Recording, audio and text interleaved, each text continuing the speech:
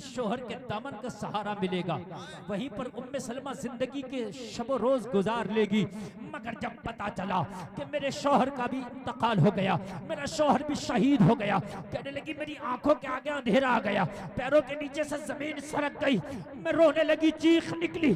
करीम मुस्तफा ने फरमाया कौन है रोने वाली खातून? अर्ज की या रसूल अल्लाह, अबू सलमा की बीवी उम्मे सलमा आई है। मक्का वालों ने इसका दूध पीता बच्चा छीन लिया, शोहर के सहारे आई थी आका, शोहर भी शहीद हो गया, शोहर की खबर मिली है इसलिए चीखी है, इसलिए आशिक बहा रही है। या रसूल अल्लाह दुआ फरमा दे कि इसके दिल को सुकून आ जाए। ओ लोगों, ये मदीने वाले वो मुस्तफा है जो हाजतमंदों की हाजत को पूरी करते हैं, जरूरतमंदों की जरूरत को पूरा करते हैं। मेरे करीम मुस्तफा ने फरमाया उम्मे सलमा को मेरी बारगाह में लाया जाए। उम्मे सलमा को बुला के करीम मुस्तफा की बारगाह में लाया गया।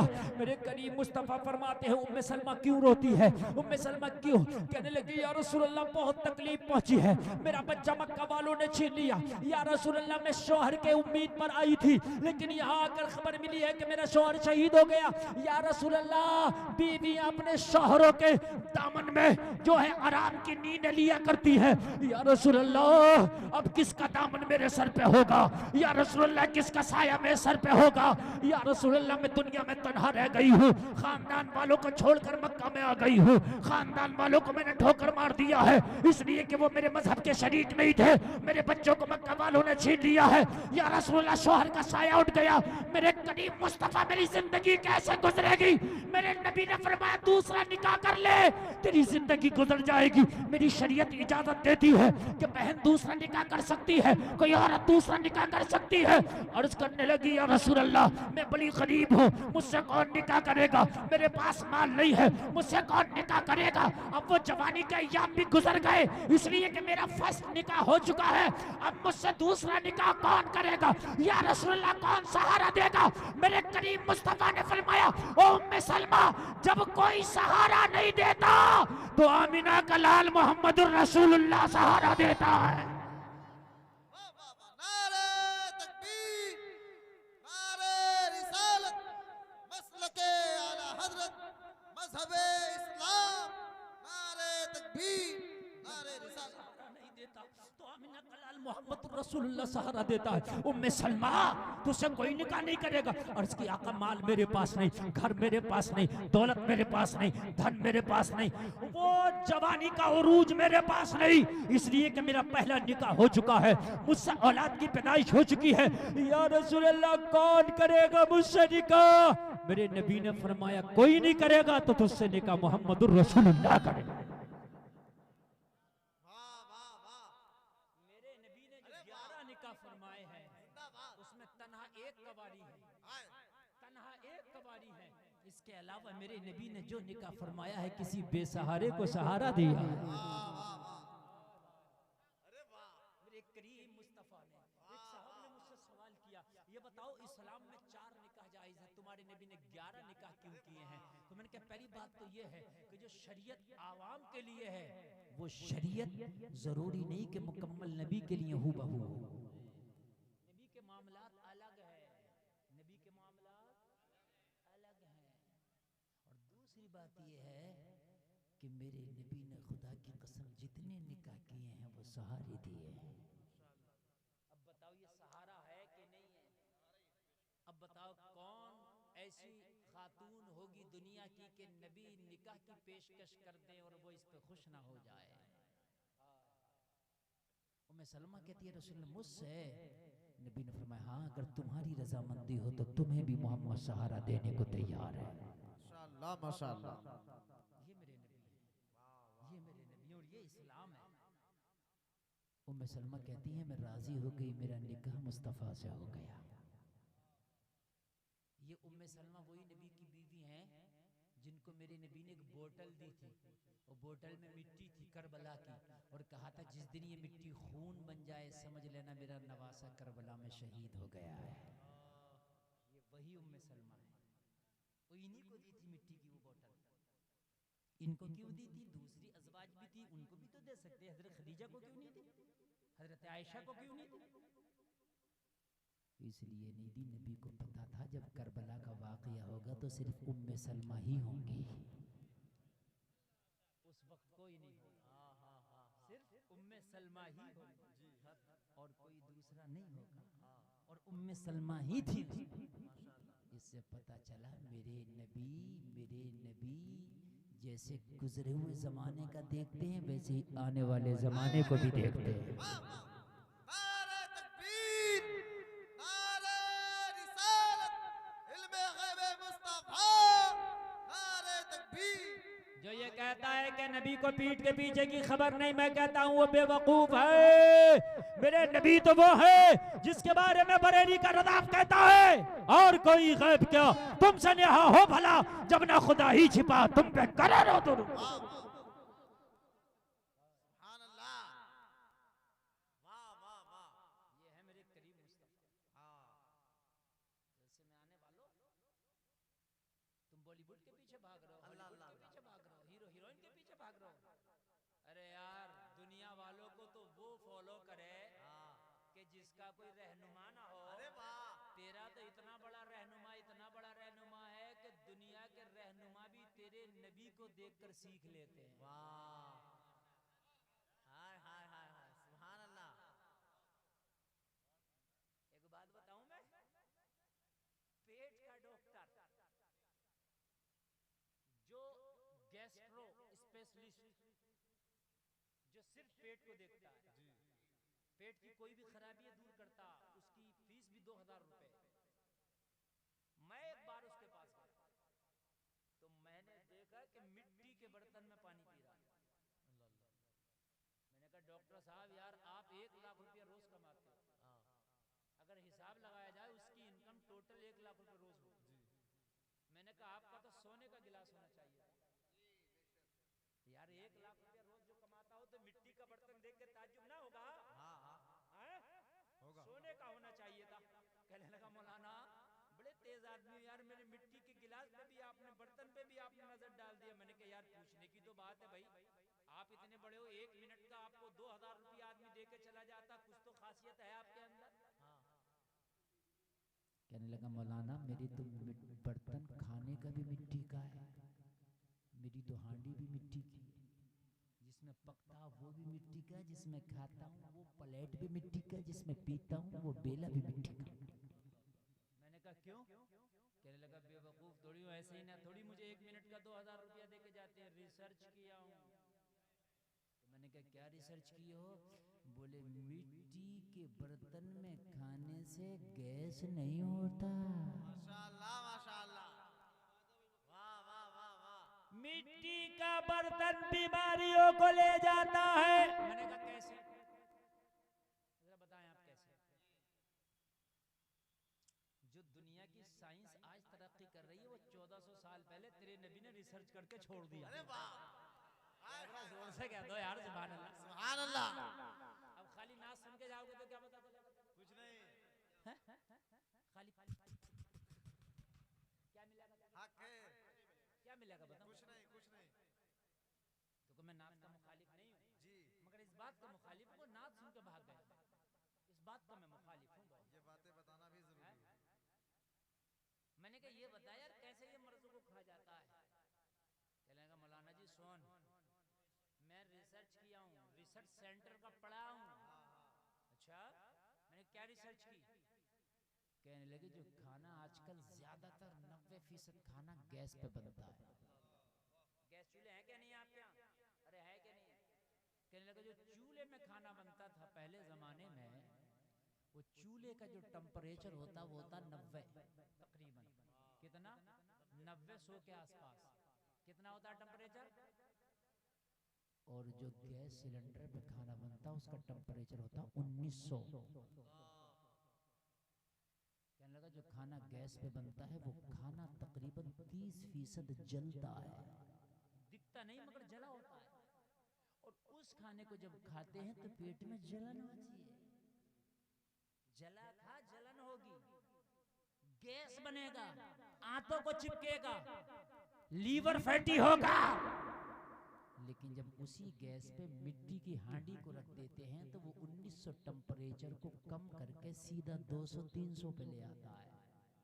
मिट्टी का तला मोटा है ना, इतनी जल्दी मिट्टी के तले में भदक नहीं आएगा, उफान नहीं आएगा जितना इसमें आ जाता है तुम्हारे इसमें एल्युमिनियम वाले में। तो मिट्टी में पकाएंगे तो जलने से बचेगा। मैंने कहा ये रिसर्च तुमने की है? कहने लगे हाँ मैंने रिसर्च की है।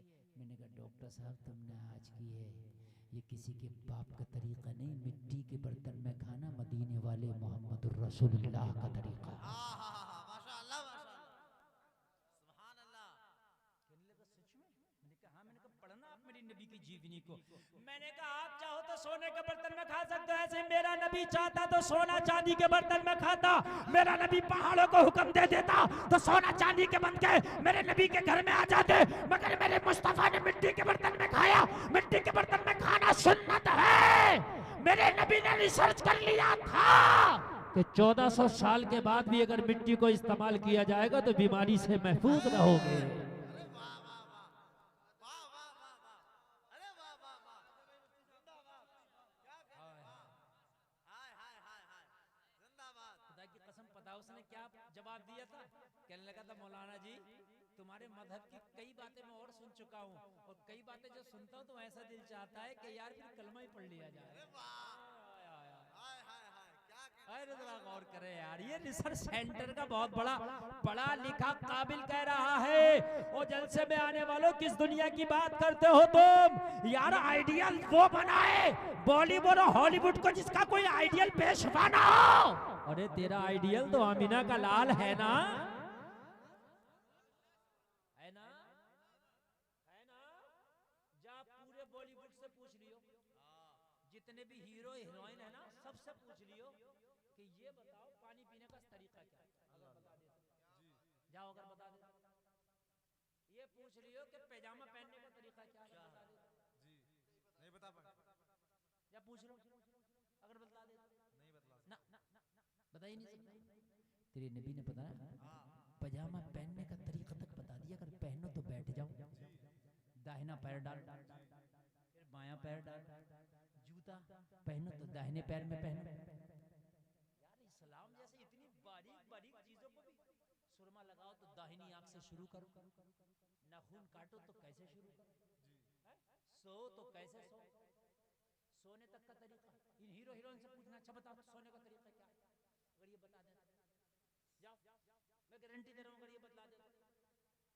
तेरे मुस्तफा ने बताया दाहिनी करवट लेके दाहिना हाथ सर के नीचे लगा लो और उल्टा हाथ बाएं पहलू पर रख लो और दाहिनी करवट पर सो जाओ। इंशाअल्लाह सुबह को फ्रेश उठोगे और तुमको टेंशन और परेशानी नहीं होगी। जिंदाबाद। अच्छा आज की डॉक्टरी ये कहती है कि उल्टी करवट पर सोया जाए, उल्टे ऐसे, और नबी फरमाते हैं सीधी। डॉक्टरी फेल है नबी के सामने। क्यों? अब नई रिसर्च डॉक्टर की आई है कि दाहिनी करवट पे सोना ही बेहतर है। माशाअल्लाह, नई आ गई है जी। कहा क्यों? कहा हार्ट के पेशेंट वैसे ही बहुत हो रहे हैं, जब बंदा उल्टी करवट पे सोगा तो हार्ट लेफ्ट साइड में होता है, ये दब जाता है, अरे वाह, जिंदाबाद, ये दब जा रहा है। अरे बाई साइड में है क्या नहीं है दिल, और जब बाई करवट पे सोगे तो ये दब जाता। वैसे ही आज 15-20% लोगों की ब्लॉकेज चल रहा है आज के खान पान से, यूरिया खा रहा है, तो इसे दबा के ना सो वरना दब जाओगे। इसलिए दाहिनी करवट पे सो ताकि ब्लॉकेज से महफूज रहो। मैंने कहा 1400 साल के बाद तुझे होश आया, मेरे नबी के कदमों पर कुर्बान हो जाए। ये 1400 साल पहले हो गया। माशाअल्लाह माशाअल्लाह, कह दो ना सुभान अल्लाह, सुभान अल्लाह। देखो अगर आप थके नहीं हो तो मैं बोलता रहूं, और आप थक गए तो मैं खत्म कर दूं। बताएं आप बोलें कि खत्म करें? माशाअल्लाह, अल्लाह सलामत रखे। देखो जो सुनने वाले मजबूत लोग हैं ना वो बड़ी मजबूती से सुन रहे हैं, और जो जाने वाले थे वो चले गए। 1 घंटा तकरीर हमारी हो गई, अगर आप नहीं सुनेंगे तो हमारा तो 1 घंटा पूरा हो गया। अब बताइए आगे बढ़े, इजाजत है? तो मैं अभी तो तकरीर ऐसी सुनाऊंगा, खुदा की कसम गदगद ना हो जाओ तो कहना। हाँ? आपको ऐसा मजा आएगा कि जब तक जियोगे ये तकरीर को इंशाअल्लाह याद रखो। माशाल्लाह माशाल्लाह। देसी घी छोड़कर डालडा में भाग रहा है? अरे यार ये दुनिया वालों का तरीका डालडा है, रिफाइंड है। मोहम्मद रसूलुल्लाह का तरीका देसी घी। इसको छोड़कर भाग रहा, इसको छोड़ रहा, छोड़ो, सो रहे सो। कोई ऐसा पड़ा मेंढकी की तरह से उल्टा, तरीका ही नहीं पता उन्हें, हैं? तरीका ही नहीं पता इन्हें। हाँ हाँ हाँ। और सुनो, ध्यान से सुनना पड़ेगा। मैंने देखा बाबा जी भी लुंगी है रात को पहने हुए, इंजीनियर साहब भी रात को लुंगी पहन लिए सोने के टाइम, प्रोफेसर साहब भी जो पैंट कोट में थे दिन में जब रात को लेटे तो लुंगी में। मैंने कहा क्या बात, सबों को सबों सोने में लुंगी। कहने लगे मौलाना जी जितना सुकून लुंगी में इतना पैंट और बेल्ट में नहीं है। मैंने कहा ये लुंगी किसी के बाप का तरीका नहीं, रसूल पाक का तरीका है।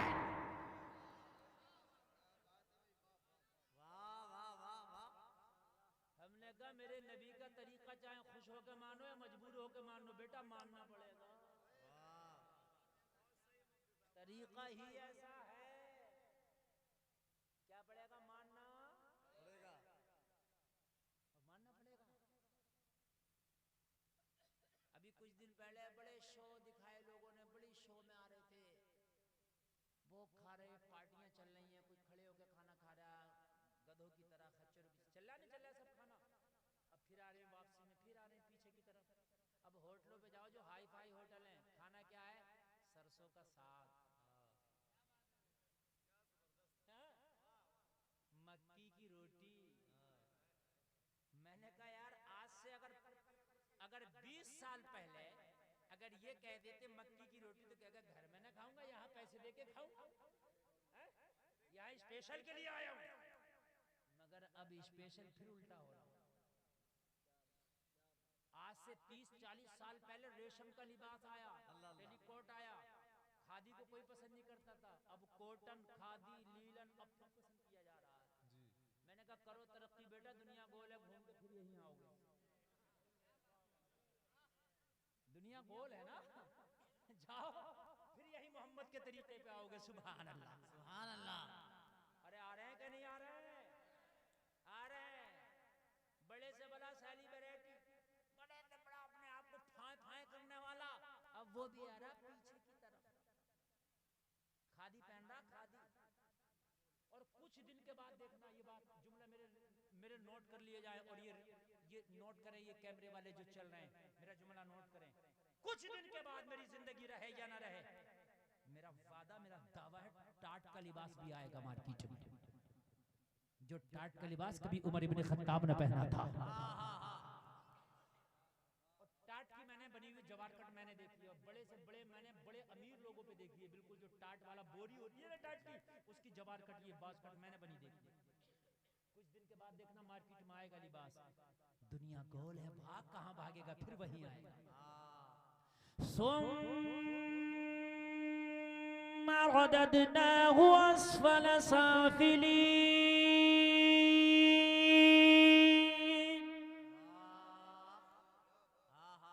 अल्लाह फरमाता है कर लो कितनी तरक्की, फिर तुम्हें फेर देंगे पीछे की तरफ, फिर फेरेंगे तुम्हें नीचे की तरफ लाएंगे। बच्चा होता है डगमगा के चलता है, सख्त चीज नहीं खा सकता, फिर जवान हो गया है, हो गया कि नहीं हो गया, और फिर जब बूढ़ा हुआ तो वही डगमगा के चलने लगा, वही डगमगा रहा, वही बिल्कुल वही है। इस बच्चे को पकड़ते थे आज बूढ़े बूढ़े पकड़ने, बाबा गिर ना जाए। अल्लाह, कुरान ने जो कह दिया वो सच है। वाह वाह वाह वाह वाह। बच्चे के मुंह में सख्त चीज नहीं देते तो ना खा सकेगा, वही बूढ़ा भी अपने मुंह में सख्त चीज नहीं लेता ना खा सकेगा। सुम्मा रददनाहु अस्फल साफिलीन। भागो कहां भागोगे, कहां जाओगे? सारे रस्सियां, सारे निजाम अल्लाह के हाथ में। किसके हाथ में? जोर से बोलो, अल्लाह के, अल्लाह के हाथ में, अल्लाह के हाथ में। हाँ, हजरत उमर निकले थे इस्लाम को मिटाने, कहा था इस्लाम को मिटा कर रख दूंगा। कहा उमर तेरे जरिए इस्लाम को ऐसी ताकत दूंगा कि रूम और ईरान, कैसर और किसरा पे जाके अगर इस्लाम का झंडा लहराएगा तो उम्र वो तू लहराएगा माशाअल्लाह। समझ रहे हैं? जब कोई ज्यादा मुखालफत पे आ जाए तो समझ लो वो दोस्त बनने वाला है। गोल है ना दुनिया। हर चीज जब घूम के अपने टीप पे पहुंचती है तो फिर पीछे को आती है। दुनिया ने बहुत तरक्की कर ली, चांद पे पहुंच गए, जमीनों में सब कुछ देख लिया, पेट्रोलियम क्या क्या तलाश कर लिया, फिर पीछे की तरफ आ रहे हैं। होटलों में पुराने खाने, पुराने पहनावे अब तलाश किए जा रहे हैं। समझ रहे हैं कि नहीं समझ रहे हैं आप? पुरानी पुरानी ग़िज़ाएं तलाश कर रहे हैं। और खुदा की कसम आप देख लेना, एक बात और बता तू, धीरे धीरे धीरे धीरे धीरे धीरे धीरे धीरे तेरे नबी का सुन्नत तरीका भी लोग अपनाने पे मजबूर हो जाएंगे। माशाअल्लाह। अभी मैं बता रहा हूँ, सुने जरा आप। एक मुसलमान नमाज पढ़ रहा है, बहुत बड़ा योग्य गुरु आया, देखा वो सजदा कर रहा है, जैसे उसने सलाम करा, अस्सलाम वालेकुम रहमतुल्लाह, अस्सलाम वालेकुम रहमतुल्लाह, उसके पास खड़ा हो गया, कहने लगा यार एक बात बता, ये कौन सा योगा था? ओ भाई योगा नहीं है, इबादत है। क्या कहती है? नमाज। अच्छा। कहने लगा यार ये तरीका किसने बताया तुझे इस तरह से नमाज पढ़? कहा मेरे नबी ने। तो ये योग्य गुरु कहने लगा मैं कसम खा के कहता हूँ पूरी दुनिया का सबसे बड़ा अगर कोई डॉक्टर है तो वो मोहम्मद रसूलुल्लाह। आप नहीं बोलोगे? आप नहीं बोलोगे? जरा सुभान अल्लाह। ये नमाज़ी कह रहा तुझे कैसे पता? कहने लगा मैंने सर के बाल से लेके पैर के नाखून तक का योगा सीख रखा, मैं सिखाता हूँ, लेकिन एक योगा आज तक मुझे नहीं आ सका था, वो तेरी नमाज ने मुझे सिखा दिया। नाज़िम साहब किसने सिखा दिया? कहा कौन सा? कहने लगा दिमाग में बहुत बारीक बारीक नसें होती हैं, आज तक दिमाग की मुकम्मल नसों का डॉक्टर पूरी दुनिया में पैदा नहीं हुआ। बहुत बड़ी बात बोल रहा हूं मैं। ये जो ऑपरेशन होते हैं ना दिमाग के, ये सब मोटे मोटे ऑपरेशन हैं। जो दिमाग की मेमोरी और दिमाग की नसें, अगर एक नस काम छोड़ जाए दिमाग की तो हाथ पैर काम करना छोड़ जाता। बड़े बड़े डॉक्टर को मैंने देखा, दिमाग की नसों का भी पूरी दुनिया में एक डॉक्टर भी नहीं जो मुकम्मल दिमाग की नसों के बारे में जानता हूं। कहने लगा दिमाग की बड़ी बारीक बारीक नसें हैं, इन नसों में अगर ब्लड का सर्कुलेशन जरा धीमे हो जाए तो इंसान की याददाश्त खत्म हो जाती है, कोमा में चला जाता, हाथ पैर काम करना छोड़ जाता। कोई ऐसा योगा मुझे नहीं मिल रहा था कि दिमाग की नसों में खून को तवाजुन को बरकरार रखा जाए, कोई ऐसा योगा होता, वो तेरी नमाज से मिल गया। कैसे? तो इसने कहा दिल नीचे है और दिल का काम है पूरी बॉडी में ब्लड को सप्लाई करना। अरे दिल सप्लाई करता नहीं करता है? अच्छा नीचे मोटर लगी है, ऊपर दूसरी मंजिल पर पानी जा रहा तो लोड पड़ेगा नहीं पड़ेगा? अच्छा मोटर ऊपर रख दो, पानी नीचे को उसका छोड़ दो तो आसानी से आएगा कि नहीं आएगा? मोटर की भी जरूरत नहीं पड़ेगी, खाली पैप डाल दो ऊपर बाल्टी में, नीचे खुद ब खुद खाली हो जाएगी। कहने लगा सर ऊपर है, दिमाग ऊपर है, हार्ट नीचे है, दिल नीचे है, ये जब पंपिंग करके ऊपर दिमाग पे खून पहुंचाता है तो इस पे लोड पड़ता है, अच्छे से सर्कुलेशन नहीं हो पाता है। लेकिन मैंने देखा नमाज में जब तू सजदा कर रहा था तो दिल ऊपर हो गया था, दिमाग नीचे हो गया था। जितनी देर तू सजदे में है, हार्ट आराम से दिमाग की नसों में खून के तवाज़ुन को बरकरार रखेगा। अगर इंसान जिंदगी भर सजदा करता रहे तो दिमाग के मरीज होने के चांसेस खत्म हो जाएंगे। माशाअल्लाह माशाअल्लाह। वाह वाह वाह वाह वाह। हाय हाय हाय। कहां भाग रहे हैं आप? कहां भाग रहे हैं आप पूरी दुनिया के पीछे? दुनिया जा रही है तेरे नबी के पीछे। यार जरा जोर से कह, सुभान अल्लाह। तुम्हें अजानों में मजा नहीं आता? अदानें हो रही होती है, मोबाइल चला रहे होते हो, तुम्हें नहीं आता मजा। एक बहुत बड़ी बॉलीवुड की हीरोइन है, अदाकारा है, बहुत बड़ी अदाकारा है, बहुत टॉप की अदाकारा। वो कह रही थी मैं शूटिंग पे थी एक दिन और बराबर से किसी मस्जिद से अजान की आवाज आई, कहने लगी इतना सुकून मुझे किसी चीज में नहीं मिला जितना सुकून मुझे अजान सुनने में मिला। माशाअल्लाह। यार सुभान अल्लाह कह दो ना।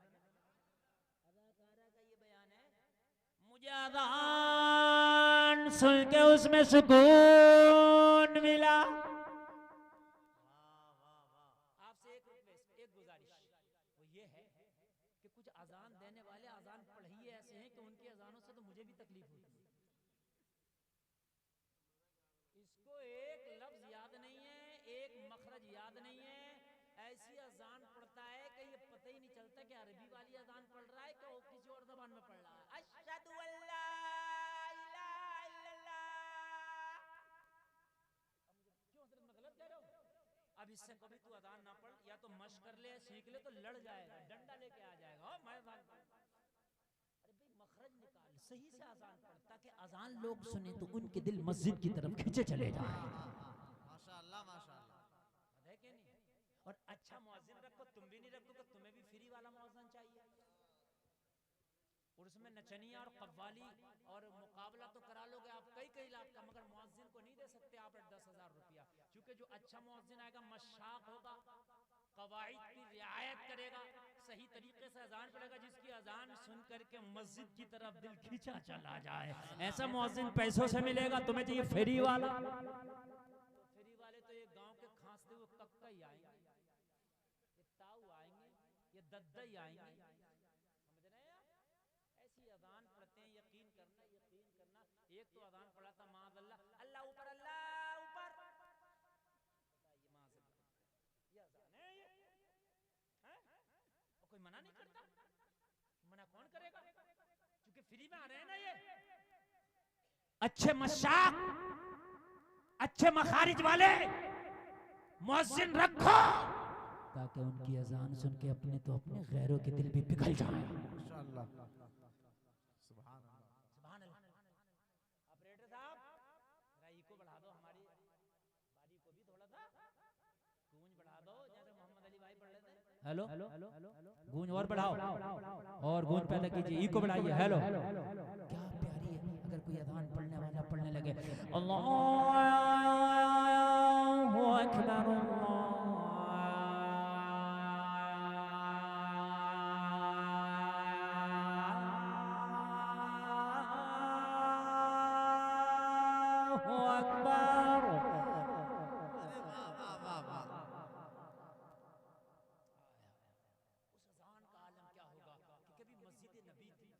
पढ़वाने वाला अमीना का लाल था, पढ़ने वाला बिलाल था।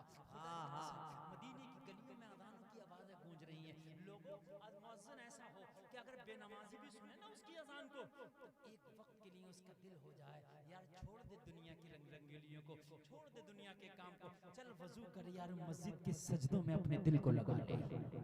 माशाअल्लाह माशाअल्लाह। जब अज़ान में इतना मजा है तो नमाज में कितना मजा होगा। बोलो बोलो, सुनाए, इजाजत है तो जरा बोलिए सुभान अल्लाह। अल्लाहु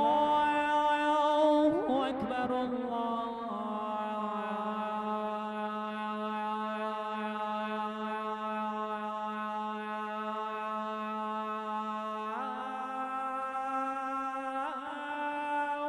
अकबर। माशाअल्लाह माशाअल्लाह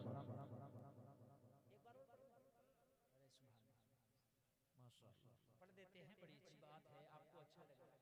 अच्छा ये बताइए, ये जो मैं अजान पढ़ रहा हूँ ये ना नमाज के लिए बस ही पढ़ रहा हूँ, मजा आ रहा है कि नहीं आ रहा? दिल लग रहा है कि नहीं? और ये मस्जिद में पढ़ी जाएगी तो कितना मजा आएगा। हाय हाय हाय।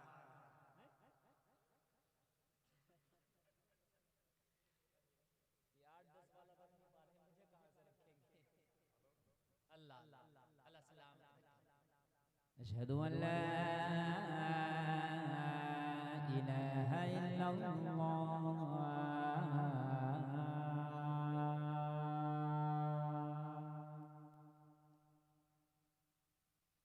अशहदु अन्न मुहम्मदुर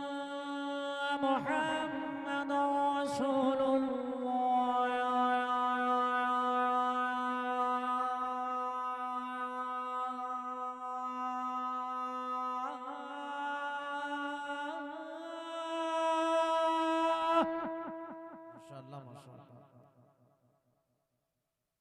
हय्य अला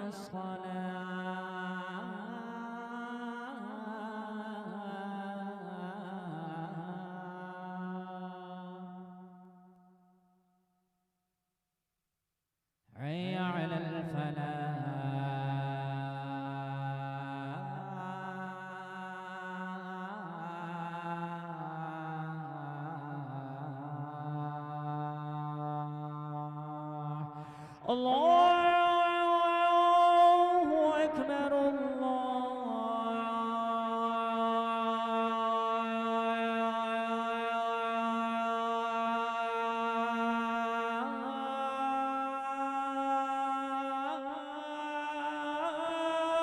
अकबर।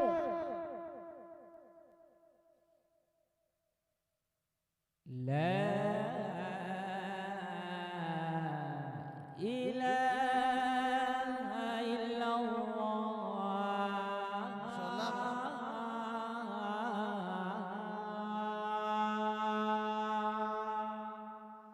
अल्लाहुम्मा रब्बना। मेरे भाइयों मोमिन का अल्लाह सलामत रखे हमारे चाचा को। ऑपरेटर साहब कम कर दो ये।